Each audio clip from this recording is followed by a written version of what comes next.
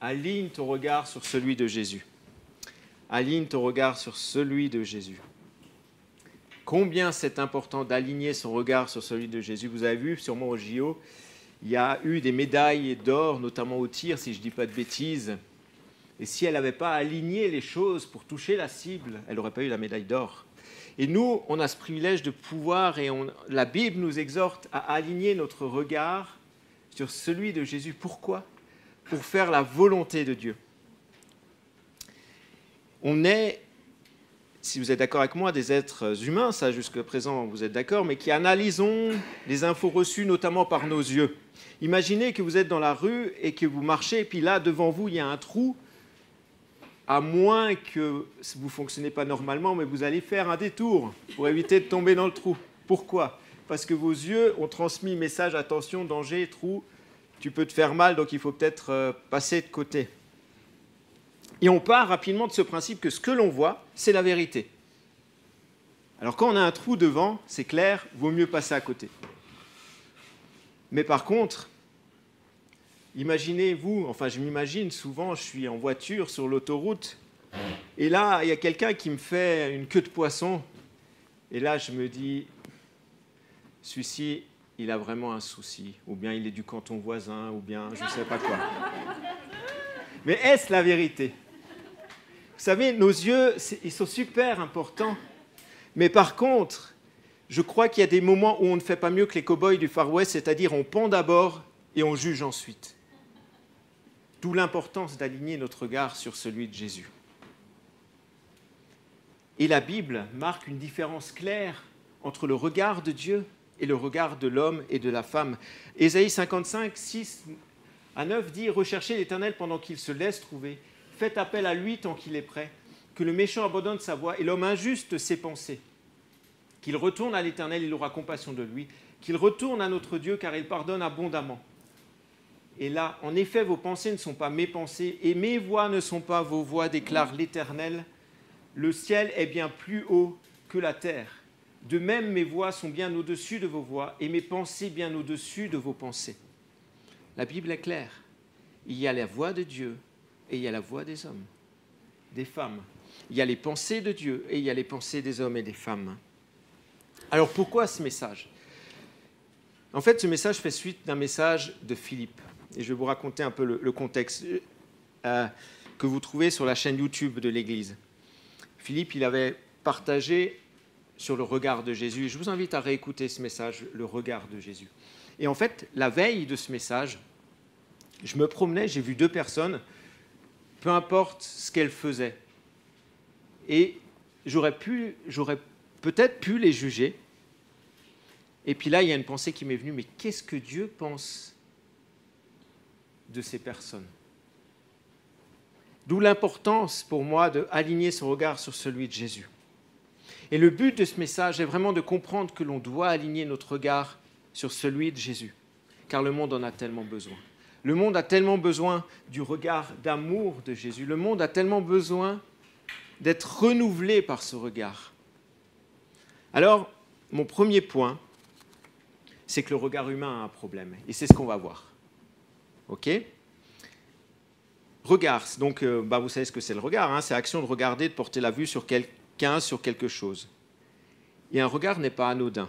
Il implique la réception d'une info et normalement une réaction à cette info. On l'a vu dans l'introduction. Par exemple, le paysan va regarder au ciel. Si en Suisse, le paysan en Suisse actuellement, il regarde au ciel pour voir si le soleil arrive. Par contre, en Afrique, il va regarder pour voir si la pluie arrive. Donc, il attend une info par ses yeux. Mais c'est aussi par le regard que l'on peut voler. On voit quelque chose et on se dit « Ah, mais ça, j'aimerais bien ». Ou bien Jésus dira que c'est par un regard qu'on peut commettre l'adultère. Le regard peut aussi être une source d'encouragement, un espoir de déception. Ça peut aussi être une source de déception, une source de défaite. Un regard peut transformer une situation difficile à supporter en une situation plus supportable. J'ai raté à plusieurs reprises le permis et merci, tu m'encourages, super, je ne suis pas le seul à avoir raté le permis. Et en fait, je suis arrivé, donc je l'ai raté, Et puis j'ai dû le repasser, je suis arrivé devant la voiture où il y avait l'inspecteur. Et là, tout d'un coup, j'ai remarqué que l'inspecteur avec qui j'ai raté le permis, c'était le même.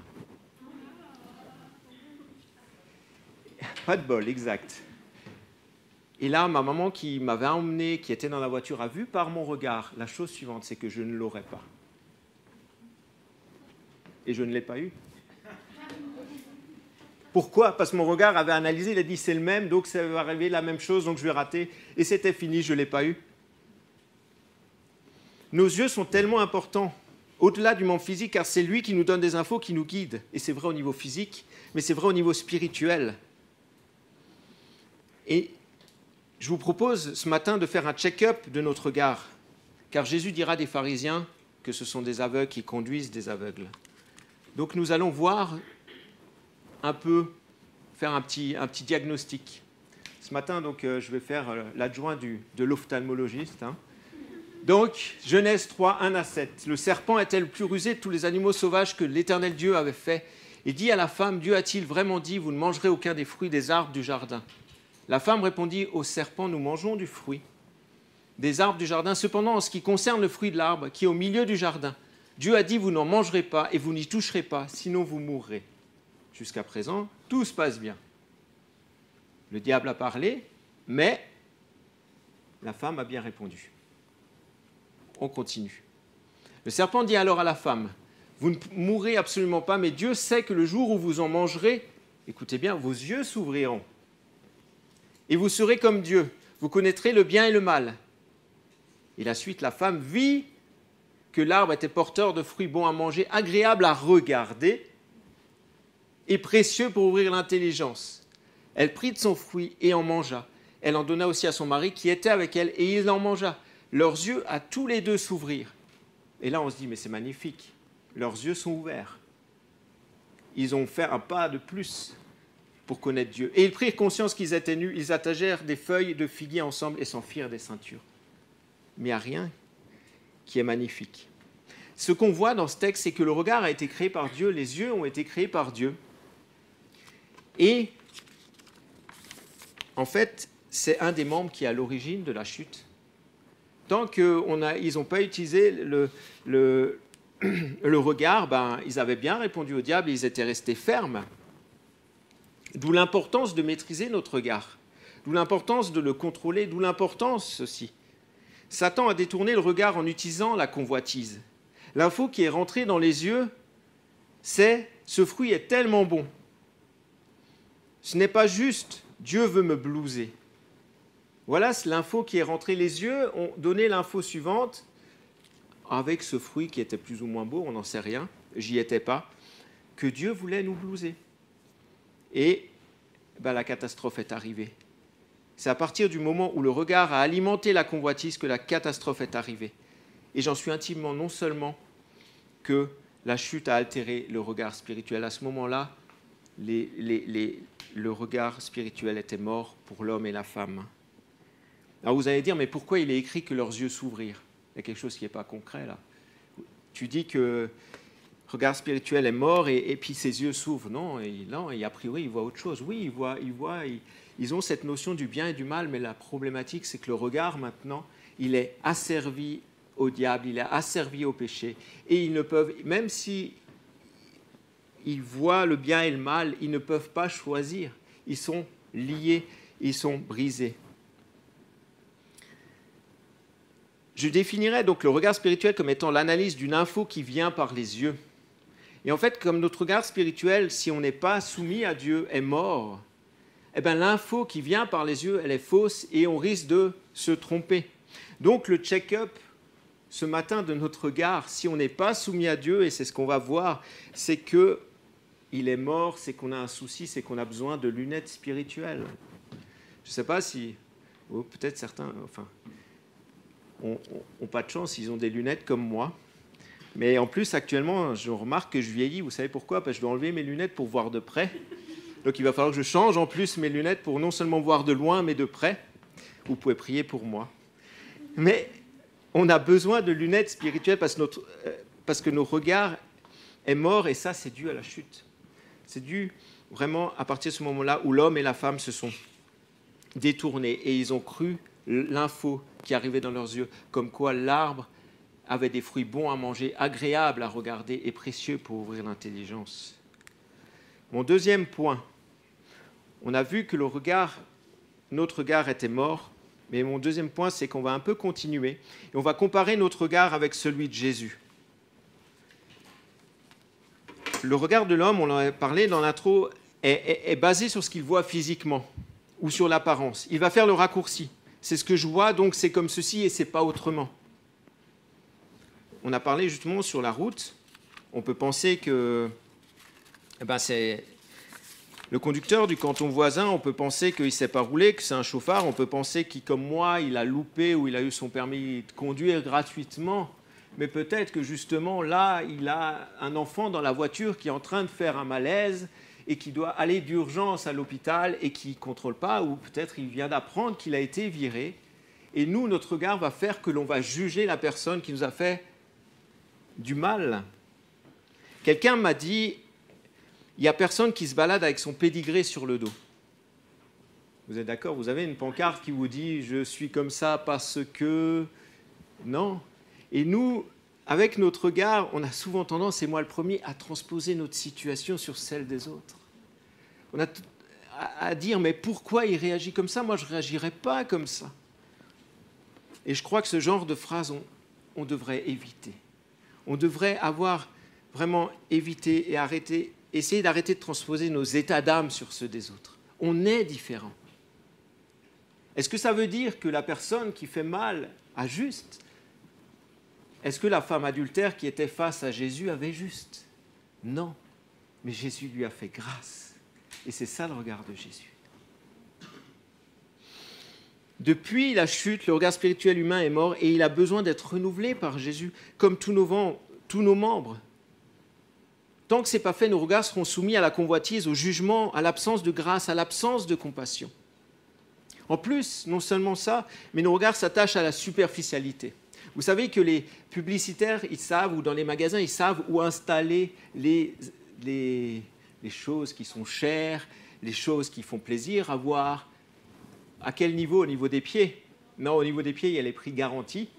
Au niveau des yeux, il y a les choses qui tapent à l'œil.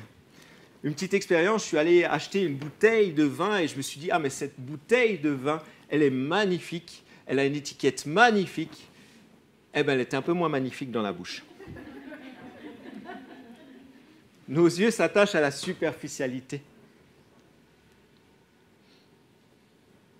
Une petite histoire. Ça se passe en Angleterre, c'est quelqu'un qui a un comte, qui est très riche et qui a un enfant unique. Et voilà, il est tellement fier de son enfant, il grandit sans famille, ils ont du plaisir, il fait tout pour son garçon, etc. Et puis, à l'adolescence, ce garçon perd sa maman.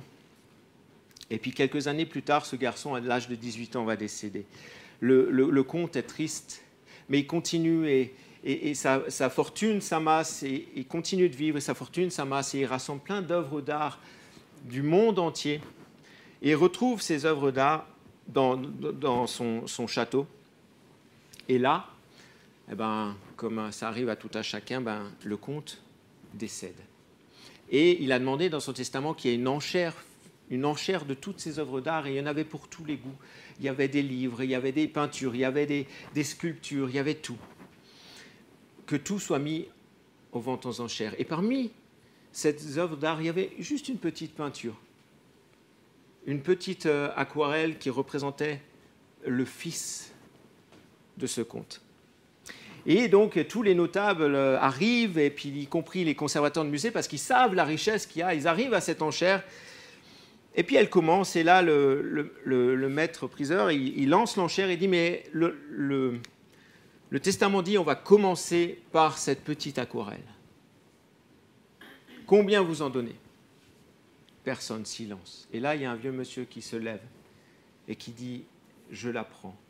Et ce vieux monsieur, c'était le serviteur de ce comte qui a connu le garçon et qui le servait et qui l'aimait. Et là, les autres, ils se disent, bon, c'est bien, il a pris ça, il a son cadeau, il a son souvenir, etc. le maître-priseur s'arrête et dit à l'avocat qui est là, testament, continuez de lire le testament. Et il va dire, toutes les œuvres d'art vont être données à celui qui achètera cet aquarelle. Le regard, notre regard est à la superficialité, on ne voit pas les choses importantes. C'est malheureux, mais on a besoin de Jésus. Si on se rappelle un peu plus du regard de Jésus, il n'est pas superficiel. Souvenez-vous de la femme dans le temple, elle a mis de son essentiel. Les gens voyaient ce que les pharisiens mettaient, les grandes sommes, mais Jésus, lui, il a vu les 3 pièces. Le regard de Jésus, il est rempli de compassion. Combien de fois dans la Bible, il est marqué qu'il a compassion de la foule.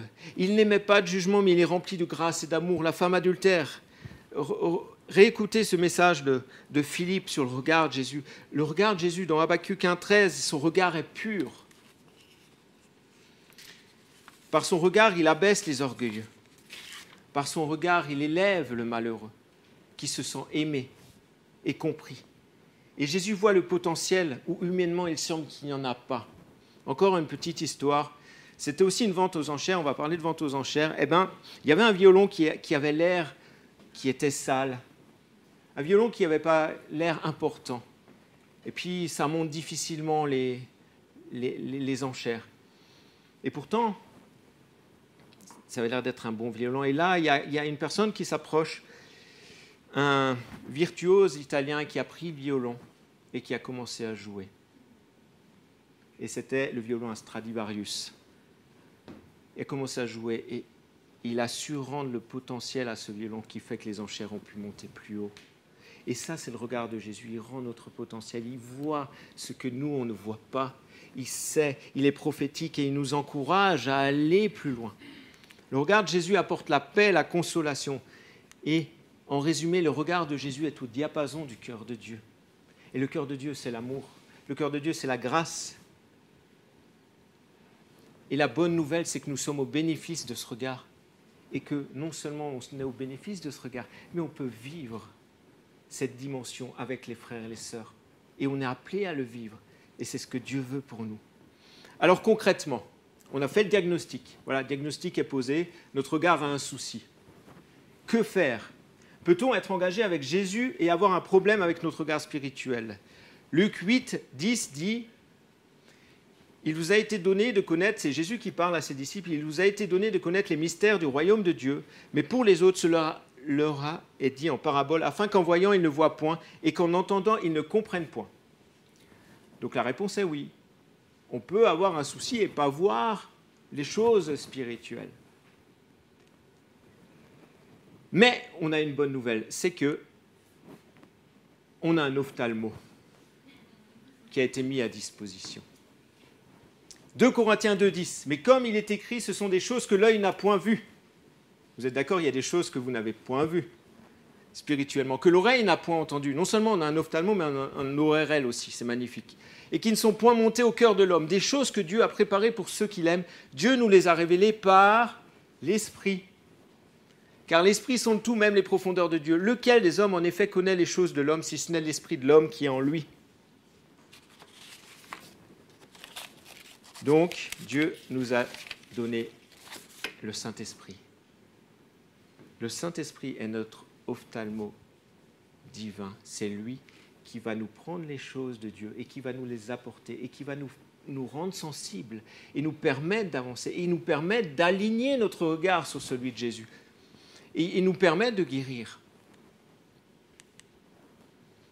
De même, personne ne connaît les choses de Dieu si ce n'est l'Esprit de Dieu. Or, nous n'avons pas reçu l'Esprit du monde, mais l'Esprit qui vient de Dieu, afin que nous connaissions les choses que Dieu nous a données par sa grâce. Voilà la solution. Être en lien avec le Saint-Esprit.